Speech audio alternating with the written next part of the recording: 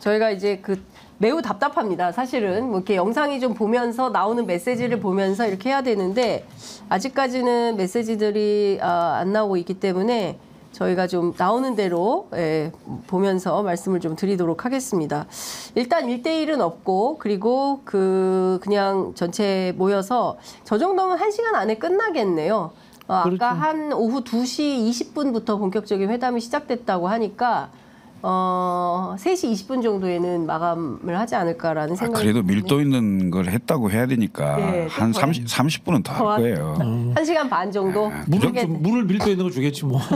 그 정도는 받아줬다고 해야죠. 네. 그냥 딱 시간 맞춰서 하지는 않을 것 같고요. 근데 왜 이렇게 좀 저렇게 해서 이렇게 빈약해 보고 좀 일부러 그렇게 만든 것 같아요. 저는 일부러? 근데 굳이 저렇게 자리를 저렇게 할 이유가 없을 텐데 굉장히 제가 보기엔 소박하게 할 그리고 너무 의전에 문제가 있어요. 의전에 상당히 문제가 있어 보여요. 제가 보기에도. 저렇게 하면 안 되죠. 그러니까 우리가 이제 의전이라고 표현하니까 그런데 사실은 상대방에 대한 예의와 배려거든요. 그리고 그런 원탁이 부분들이 너무 전혀 없는 작아요. 거죠. 네. 보통 옛날 청와대를 가면 다 대부분 원탁이거나 이렇게 해도 타원형이죠, 타원형. 원탁 규모도 있고 그 보기에도 좀 격식이 있어 보이는데 좀 너무 무슨 좀 허름해 보이잖아요. 그러니까 아니 없지 않아요. 저런 테이블이 우리나라에 없지 않거든요. 큰 테이블 많거든요.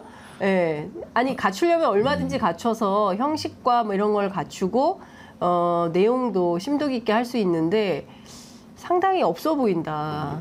굳이 저렇게까지 할 필요가 있는가라는 생각이 좀 드는데요. 우리 홍철호 수석님 치킨이라도 몇 마리 시켜주시지. 참 답답하다라는 생각이 좀 듭니다. 근데 지금 보면 의제가 이제 중요한데 일단 민주당에서는 민생회복지원금 플러스 이제 민생과 관련된 수많은 대책들이 좀 필요하다라는 얘기를 할 걸로 보이고요. 그 밖에 지금 현안으로 되어 있는 게 최해병 특검 그리고 이태원 참사와 관련된 특별법 대통령이 거부권 행사한 겁니다. 그러니까 앞으로 더 이상 거부권 행사하지 말라. 거부권 자제 요청 뭐 이런 것들을 한다는 겁니다. 이런 의제들뿐만 아니라 다른 의제들 어떤 게 나올지 김건희 여사와 관련된 이슈들 특히 이제 특검법, 김건희 특검 종합특검법이죠. 뭐 이런 문제들에 대해서 더 이상 거부권 행사하지 말고 수용해라. 뭐 이런 거를 얘기했을 때 대통령이 어떤 반응을 보일까요? 듣고 있겠죠.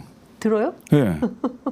듣기는 하되 결국은 그거에 대해서 동의하지 않는 상황이 될 거고 저는 이제 무엇보다도 지금 물가도 오르고 경제 상황도 안 좋고 그리고 대통령께서 정말 국회 협조를 얻어서 뭔가를 하려고 한다면 예를 들면 여야정 뭐 상설 협의체 같은 걸 만들어서 경제 활성화나 이런 거에 관련된 법안 그러니까 이른바 비정쟁 법안 에 대해서는 협조를 구해서 좀 해달라. 그래서 이거라도 만듭시다. 뭐 이렇게라도 한다면은 그 영수회담에 뭔가 효과가 있는 거죠. 근데 그마저도 나올는지는 모르겠습니다만은 실제로 지금 말씀하신 뭐 25만 원 부분 이건 뭐 이미 다 반대했던 거고 그다음에 차주근 상병 특검 본인이 연루될 그 의혹이 있고 가능성이 있는데 그걸 받아들이기 만무하고 그다음에 김건희 특검 부인 건데 그걸 본인이 여기서 받는다? 뭐 집에서 쫓겨날 일이 혹시 모르겠는데 그러니까 가능성이 없어요. 실제로 그걸 받아들일 수 있는 상황이 안 되거든요. 그러니까 여전히 192대 108로 이게 여론조사가 아니고 총선의 민의가 확인된 상황에서 앞으로 3년의 임기를 어떻게 내가 야당과 함께 관계를 설정해서 뭔가 그래도 국민들에게 조금이라도 안심을 시킬 수 있는 뭔가를 해야 되겠다라고 생각을 한다면 지금 이런 상태로 안 하겠죠. 나는 이미 3년 임기를 마칠 수 있고 108명만 데리고 가면 탄핵이고 개헌이고 거부권이고 뭐고 다 문제 없다. 난 내가 보기엔 그런 속마음이 있는 거예요. 그리고 겉으로는 그냥 야당 대표 한 번도 안 만나줬다는데 뭐 한 번 만나주지. 이런 지금 태도 아닌가 싶어요. 이건 제가 보기엔 이 영수회담 이후에 대단히 민심이 안 좋을 거라고 생각해요. 더 나빠질 거예요. 어떻게 보세요? 그럼에도 불구하고 이재명 대표가 영수회담을 수용하고 참석한 건 아주 잘한 일입니다. 보통 이제 이런 비판을 하는 사람들이 있습니다. 윤석열 바뀌지 않는다. 바로 탄핵 가야지. 개헌 가야지. 임기 단축 가야지 네. 이렇게 이야기하시는 분들이 있는데 이런 것들은 사실은 전술적으로 보면 이제 좌익기회주의다, 좌경 모험주의다, 네. 뭐 이렇게 제가 뭐 비판을 드리려고 하는데요. 네. 왜냐하면요 이재명 대표가 끊임없이 민생을 이야기해 왔습니다. 그리고 영수회담을 요구를 해왔습니다. 그렇기 때문에 형식적 문제에서 이재명 대표는 가야 됩니다. 당이론적으로 가야 되고요. 그리고 민생지원금 문제가 윤석열 꼭 끌어내리지는데 민생지원금이 뭘 중요해 이렇게 이야기하는 분도 있습니다만 네. 그렇지 않습니다. 실제로 민생지원금이 풀렸을 때 우리 뭐 시장의 반응이라든가 우리 또 이 서민들에게 오는 또 혜택이 있고요. 그리고 이 정치라고 하는 것은 하나하나씩 야금야금 먹고 가는 겁니다. 예를 들자면 성벽을 무너뜨리는 데 있어 가지고 멀리에서 폭탄을 있지 않습니까? 네. 좋은 것을 쏘는 것도 중요하지만 밑에 가서 벽돌 한 장씩 빼는 것이 더 중요합니다. 그렇게 하다 보면은 저쪽에서는 우리 밑바닥이 무너진다. 재난지원금 문제라든가 민생지원금 문제 가지고 보수 유튜브에서 굉장히 반대하고 있거든요. 그럼 윤석열 정부 내에 갈등이 생길 수도 있는 거고요. 그리고 민주당이라든가 진보진영 입장에서는 작은 승리라도 가져오는 습관이 만들어지는 겁니다. 그리고 중도층들이 좋아합니다. 그런 부분에 있어서 저는 민생지원금도 합의해서 이겨내고 제 생각에는 또 아마 대통령실에서는 의사 문제 이야기할 것 같아요. 네. 그런 부분에 대해서는 또 합의해줘도 됩니다. 다만 반드시 지켜야 될 것은 이태원 참사와 최상병 문제를 가지고 특검을 하겠다. 그리고 김건희 수사를 왜 하지 않느냐라는 부분에 대해서는 입장을 분명하게 가지면은 네. 윤석열 정부를 더 큰 차원에서 심판하고 때로는 끌어내릴 수 있는 길로 가는 것에 대해서 단초도 까는 거기 때문에 네. 저는 그런 의미에서 이 회담을 이재명 대표는 적극적으로 더 활용을 해야 됩니다. 네. 잠시 후에 윤석열 대통령과 이재명 대표의 모두 발언이 공개될 거라고 합니다. 뭐 기자들에게 좀 들어오면 저희가 최대한 좀 빨리 내용을 파악해서 저희가 보도를 해드리도록 하겠습니다. 기본적으로 앞서 말씀해주신 대로 대통령실 뭐 내용 보면 윤석열 대통령 그냥 경청한다. 다만 국회 입법 사안에 대해서는 입장은 안 밝힌다. 경청한다. 예, 일단 경청한다는 방침이다. 이제 이런 얘기가 나와요. 아니, 그러니까 그거 말이 안 되는 게 네. 영수회담이라고 이름을 붙인 게 네. 사실은 그 노무현 대통령이 당정 분리를 하면서 네. 당 총재를 맡지 않으면서 이른바 영수회담이라는 이름을 안 쓰게 된 거예요. 네. 예? 대통령이 여당의 총재를 겸하고 있을 때는 당연히 총재와 총재가 만나니까 영수회담이죠, 여야니까. 네. 근데 그 이후로 그 영수회담이라는 이름을 안 쓴 거잖아요. 그렇죠. 그런데 지금 영수회담이라는 이름을 써도 된다. 그럼 국민의힘은 내가 마음대로 한다. 내가 사실상 총재다. 이걸 뜻하는 거잖아요. 그러네. 예? 진짜 그러네. 그렇잖아요. 네. 써도 제대로 된다면서. 네? 제대로 바지야. 그런데 그럼 당연히 이재명 대표를 만났으면 국회 문제든 뭔 문제든 네. 오케이 내가 말하면 돼. 하자. 네. 빠르게 가. 이거 해야 될 거 아니야. 근데 뭘 못 한다는 거예요, 도대체. 그러니까 사실상 총재를 겸임하고 있는 것이나 마찬가지다. 국민의힘에. 아니, 자기가 영수회담 써도 된다 했잖아요. 그러니까요. 대통령실에서. 예. 그럼 자기 어디 영수냐는 거야. 어디에 영이냐. 어디 영수예요? 그러니까. 국민의힘의 영수 아니에요? 맞죠. 그렇다면은 사실상 명예 총재직 얘기도 있었잖아요. 네. 그러니까 국민의힘 당헌 8조에 보면 명예직은 가질 수 있다 이게 있거든요. 네. 그래서 심지어 실질적 총재하려고 하는 거 아니야 이런 얘기까지도 있었고 했는데 네. 영수회담이라는 이름을 써도 된다고 대통령실에서 말하는 것 자체가 이미 국민의힘은 내가 알아서 한다. 이게 깔려 있는 거예요. 근데 왜 국회 문제에 대해서 말 못한다고 그래요? 국민의힘 당헌 8조에 그냥 명예직으로 해서 총재라는 구체적 표현 없는 거예요. 없죠. 명예직은 가질 수 있다. 명예직 총통. 총통 이런 느낌입니다. 네. 네, 참 언론 보도가 참 그러네요. 윤석열 대통령 집무실에서 기다려 이재명 도착하자 환히 웃으며 악수.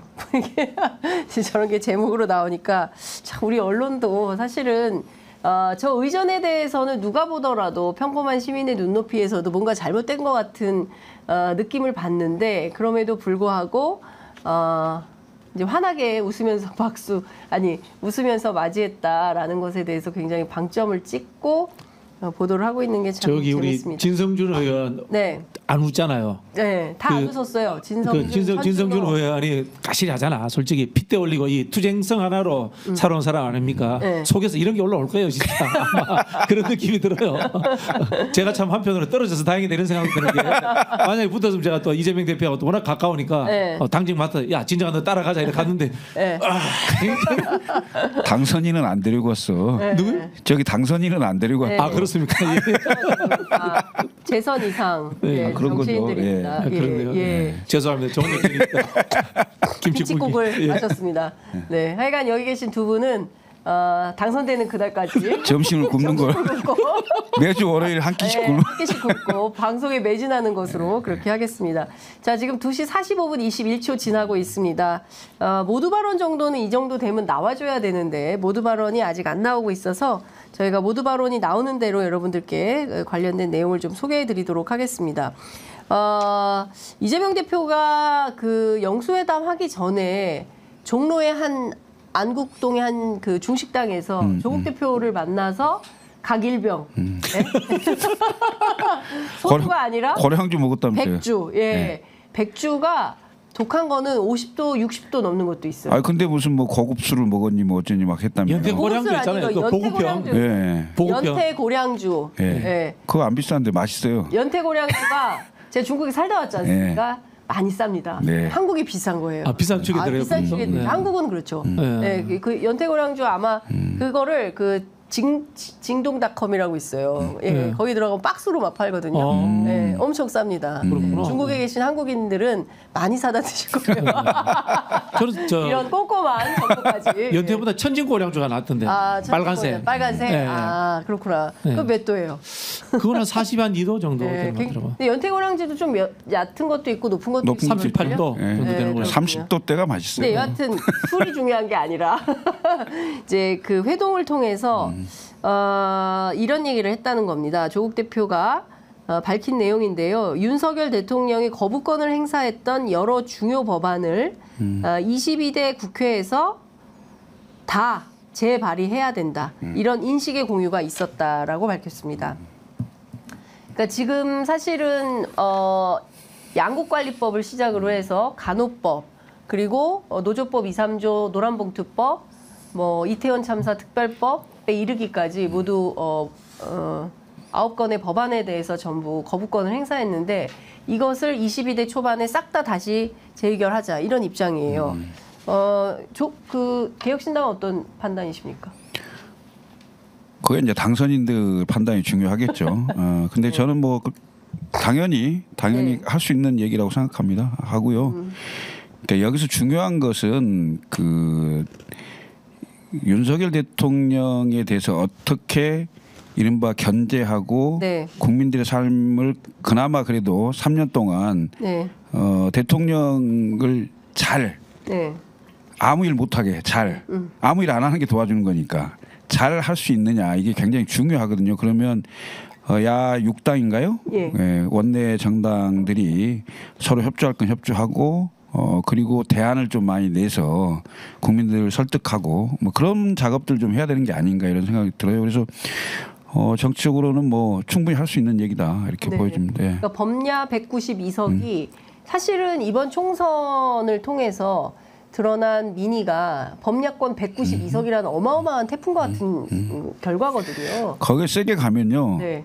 108명, 108번내입니다. 108번내. 108번내들이 힘들어할 수밖에 없는 이유가 있어요. 왜냐하면 대통령이 다음 국회의원 선거에 공천권이 없습니다. 맞습니다. 네, 그래서 이 108번내들이 예. 대통령의 영향으로부터 언제든지 벗어날 수 있고요. 언제든지 자기 소신껏 정치를 할 수 있는 사람들이 나타나게 돼 있습니다. 네. 그러면 박근혜 대통령 국정농단 사건 때 당시의 집권당의 의석수가 122석이었습니다. 네. 그런데 100석 이하로 내려가고 결국 탄핵당했잖아요. 네. 이 9석이 네.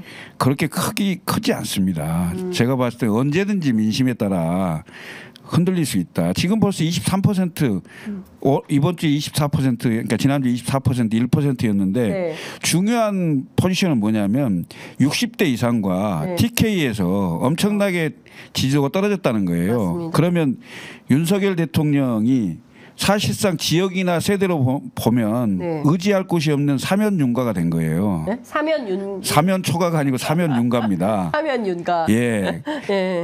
지주도 그렇죠. 네. 그다음에 후속도 안 됐는데 사면 이야기하면 어떡해요? 보수 언론 그렇죠. 네. 그다음에 검찰을 비롯한 권력기관 다 그렇죠. 왜냐하면 이분들이 엄청나게 민감합니다. 다음 권력, 다음 세력이 어디가 권력을 잡을 가능성이 크냐에 따라서 밤낮이 바뀝니다. 예.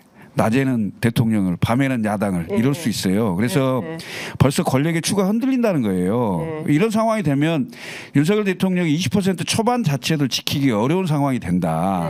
그러면 결국은 그 민심을 버텨낼 힘이 없어요. 그래서 사면윤가입니다. 사면윤가다. 예. 영수회담 하더라도요. 네. 아까도 말씀드렸듯이 본인이 아쉬운 겁니다. 대통령 권한을 갖고 있지만 아쉽기 때문에 국회에 협조를 얻어야 돼요. 의전도 최대한.